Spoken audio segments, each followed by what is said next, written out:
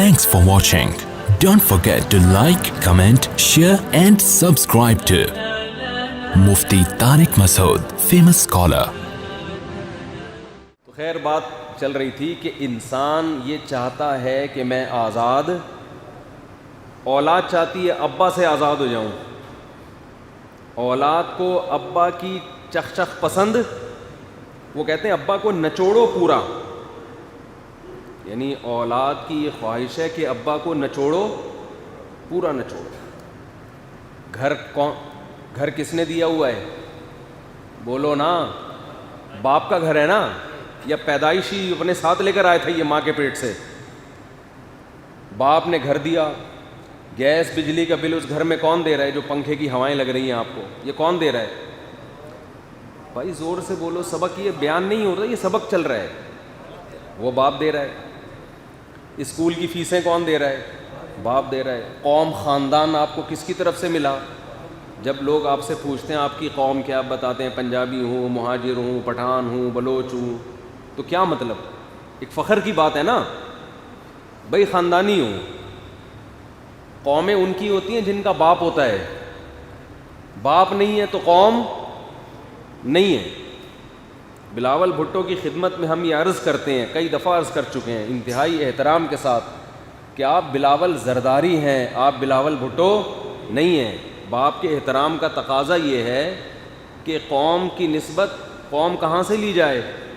سید کا بیٹا سید ہوتا ہے، ماں اگر سید ہے باپ سید نہیں ہے تو شریعت میں بیٹا سید نہیں ہے۔ تو انگریزوں کے ہاں جو ماں سے نسب چلتا ہے وہ ایک مجبوری کی وجہ سے کیا انہوں نے۔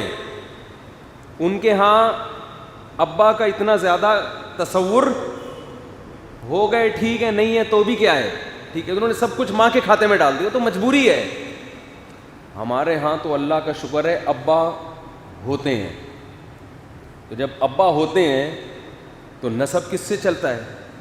تو جناب بلاول زرداری کی خدمت میں عرض ہے کہ آپ فخر سے بتایا کریں میں زرداری ہوں، میں بھٹو نہیں ہوں۔ کوئی بات نہیں، ووٹ آپ کو پھر بھی مل جائیں گے۔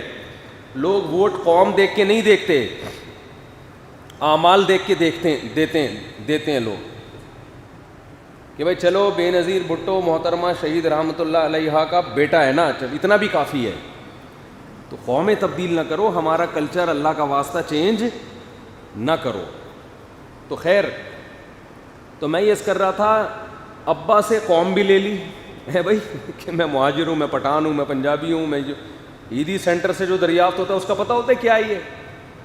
تو قوم بھی ابا سے لے لی، پیسے بھی ابا سے لے لیے، عزت بھی ابا سے لے لی، کہیں رشتہ کرانے جاتے ہیں تو بھی کس کو لے کے جاتے ہیں؟ شریف خاندانوں میں باپ کے بغیر کوئی رشتہ نہیں دیتا۔